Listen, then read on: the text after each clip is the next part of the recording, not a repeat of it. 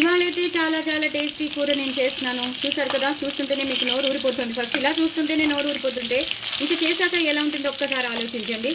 బీరకాయ కూర చేస్తున్నాను. బీరకాయని చక్కగా నూనెలో వేయించి పెట్టేసుకుంటున్నాను. సో ఇలా నేను చేసి పెట్టుకున్నాను. సో తర్వాత నేను ఘాట్లు కూడా పెట్టేసుకున్నాను. సో ఈ ఘాట్లు పెట్టుకున్న దాంట్లో నేను స్టఫ్ చేస్తాను. స్టఫ్ చేసేసి ఒకసారి ఇలా కలిపేసుకోవాలి. ఇవి బాగా వేగిపోవాలి. అంటే బాగా వేగిపోతే మనకి తొందరగా అయిపోతుంది కూర. సో ఇలా ఒక 2-3 విడతల్లో ఇది వేగిపోతుంది. వేగిపోయాక మీకు మళ్ళీ చూపిస్తాను. ఇది స్టఫ్ చేయడానికి నేను ఇది స్టఫ్ అనమాట. ఇది వెల్లుల్లి కారం.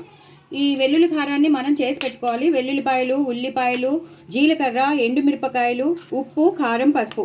సో గుర్తుంది కదా, ఇవన్నీ వేసుకుని మనం చేసి పెట్టుకున్న వెల్లుల్లి కారం అనమాట. దాన్ని మళ్ళీ మనం పోపు కూడా వేసుకోవచ్చు కావాలంటే, లేదా యాస్టీస్గా మనం గ్రైండ్ చేసింది కూడా మనం వాడుకోవచ్చు. వెల్లుల్లి కారం మనం చేసుకుంటూ ఉంటాం కదా కలుపుకోవడానికి, అలా మసాలా దానికోసం చేస్తాం. అదైనా వాడుకోవచ్చు, లేదా అప్పటికప్పుడు చేసుకున్నదైనా వాడేసుకోవచ్చు. నేను ఇందాక చెప్పినవన్నీ మాత్రం మీరు తప్పకుండా వేసుకోవాలి. సో ఉల్లిపాయ స్టఫ్ ఉంటుంది కాబట్టి ఈ ఉల్లి కారంలో ఈ ఉల్లిపాయలని కలిపేసేసి తగినంత ఉప్పు ఆల్రెడీ ఇందులో ఉంటుంది కాబట్టి కొంచెమే నేను వేసాను. ఉప్పు కష్టమేం పెద్ద తినలేను, ఎందుకంటే మనం తినలేము. ఉల్లి కారంలోనే ఉప్పు ఉంటుంది కాబట్టి మళ్ళీ మనం స్పెషల్గా వేయక్కర్లేదు. అందుకే నేను కొంచెమే వేసాను. కారం మాత్రం వేస్తున్నాను, ఎందుకంటే కూరకి తగ్గట్టు ఉండాలి కాబట్టి. అలాగే జీలకర్ర, ధనియాలు, వెల్లుల్లిపాయలు, నువ్వులు వేసిన పౌడర్ కూడా వేసేస్తున్నాను. ఎండుమిరపకాయలు, ఇవన్నీ మినపప్పు, శనగపప్పు ఇవన్నీ ఉంటాయి కదా, అవన్నీ పల్లీలు అవన్నీ వేసిన పౌడర్ కూడా వేసేస్తున్నాను. జీలకర్ర, ధనియాల పొడి ఎక్కువ ఎలివేట్ చేసేసి మిగతా అవన్నీ వేసినవన్నీ ఇలా వేసేస్తున్నాను. సో ఇది మాట అసలైన స్టఫ్. ఈ స్టఫ్ని నేను ఆ బీరకాయల్లో కూరేసి చేసేస్తాను. ఇంకా ఇంకోటి ఉంది, ఇది శనగపిండి. ఈ శనగపిండిని నేను ఒక కప్పు తీసుకున్నాను. చూస్తున్నారు కదా, ఒక చిన్న కప్పు తీసుకున్నాను. ఈ కప్పుతో నేను ఇలా మొత్తం ఈ స్టఫ్ని అంతా కలిపేసేసి ఈ స్టఫ్ని నేను ఆ బీరకాయల్లో కూరేసి అప్పుడు వేయించేస్తాను. సో నెక్స్ట్ మీకు మళ్ళీ చూపిస్తాను. చెప్పాను కదండి, ఉల్లికారం చేస్తున్నాను, బీరకాయ ఉల్లికారం చేస్తున్నానని. సో అదే బాండి పెట్టేసుకున్నాను. అందులో జీలకర్ర వేసేసాను. సో జీలకర్ర వేసేసాక నేను ఇందాక చేసిన స్టఫ్ పేస్ట్ ఉంటుంది కదా, అది ఇందులో వేసేస్తున్నాను. సో స్టఫ్ పేస్ట్ వేసి ఒక్కసారి ఇలా వేయించేసుకోవాలి. ఆల్రెడీ నేను బీరకాయల్లో స్టఫ్ చేసేసాను, కొంచెం మిగిల్చుకున్నాను. ఆ మిగిలింది ఇందులో వేసేస్తున్నాను అనమాట. అంటే ఇందులో ఉల్లిపాయలు అన్నీ ఉంటాయి. సో మనకి కొంచెం గ్రేవీ లాగా ఉంటుంది అనమాట. కొంచెం స్టఫ్ చేసుకుంటాము, కొంచెం గ్రేవీ చేసుకుంటాం అనమాట. సో మనకి ఎంత కావాలో అంత మనం వేసేసుకుందాం. ఉల్లిపాయలు మాత్రం ఎక్కువ ఉండాలి, దీనికి మాత్రం కొంచెం ఉంటే సరిపోదు. సో స్టఫ్ కూడా కొంచెం ఎక్కువగా, అంటే సగానికి సగం దాచేసుకుని ఇలా వేయించేసుకోవాలి. దీని పచ్చివాసన ఒకటి పోవాలి. ఇంకా మనం అల్లం వెల్లుల్లి పేస్ట్ వేయక్కర్లేదు, ఎందుకంటే నేను మనం వెల్లుల్లి ఉల్లికారం చేసాం కదా, ఆ ఉల్లికారంలోనే వెల్లుల్లిపాయలు ఉన్నాయి కాబట్టి సో మనం స్పెషల్గా ఏం వేయక్కర్లేదు. అలాగే గరం మసాలా కానీ ఏం వేయక్కర్లేదు. ఈ శనగపిండి మనం వేసిన ఆ వెల్లుల్లి కారం ఇవన్నీ మంచి టేస్ట్ వచ్చేస్తాయి. జీలకర్ర, ధనియాల పొడి ఇవన్నీ వేసాను కదా ఇందాక, మంచి టేస్ట్ వచ్చేస్తాయి.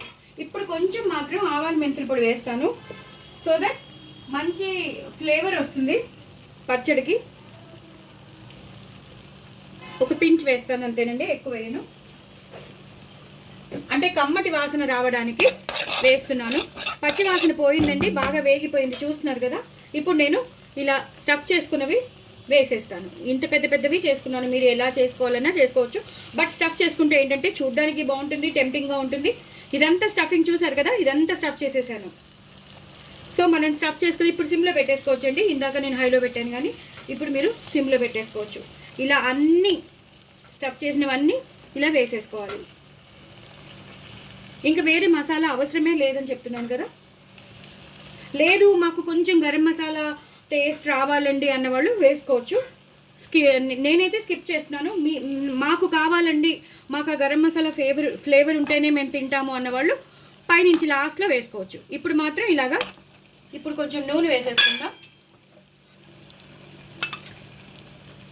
ఇలా నూనె వేసేసి మూత పెట్టేసుకోవాలి. కొంచెం వాటర్, మనం శనగపిండి వాటర్ ఉంటుంది కదా, మనం స్టఫ్ పేస్ట్తో చేసిన వాటర్, అది కొంచెం వేసుకోవాలి. వేసేసి మూత పెట్టేసుకుందాం. ఇలా కలిపేసి చూసుకుని చేసుకోండి. ఇది ఒక 2-3 విడతలు పడ్డాక మీకు మళ్ళీ చూపిస్తాను. ఇదంతా నూనె వదిలేస్తుంది, దగ్గరికి వచ్చేస్తుంది. సో ఇదంతా అయ్యాక మీకు చూపిస్తాను. చూసారు కదండి, మొత్తం బీరకాయలన్నీ చక్కగా వేగిపోయాయి, మంచిగా ఉడికిపోయాయి. మసాలాలో తేలుతున్నాయి, ఆ నూనె కూడా వదిలేసింది, కనిపిస్తుంది కదా.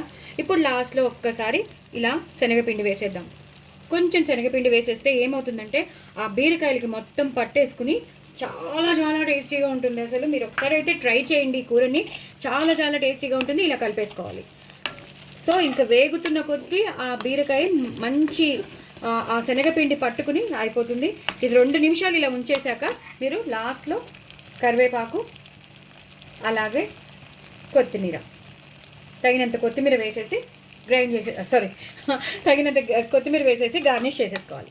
అంతేనండి, బీరకాయ ఉల్లి కారం రెడీ అయిపోయింది. చాలా చాలా టెంప్టింగ్గా ఉంటుంది. పిల్లలు పెద్దలు ఇష్టపడతారు. అసలు అన్నంలోకి అయితే పర్ఫెక్ట్ మెనూ అని చెప్తాను. అన్నం అంతా దీంతోనే తినేస్తారు. తప్పకుండా చేసుకోండి, ఎంజాయ్ చేయండి. నా ఛానల్ మాత్రం సబ్స్క్రైబ్ చేసుకోవడం అసలు మర్చిపోవద్దు.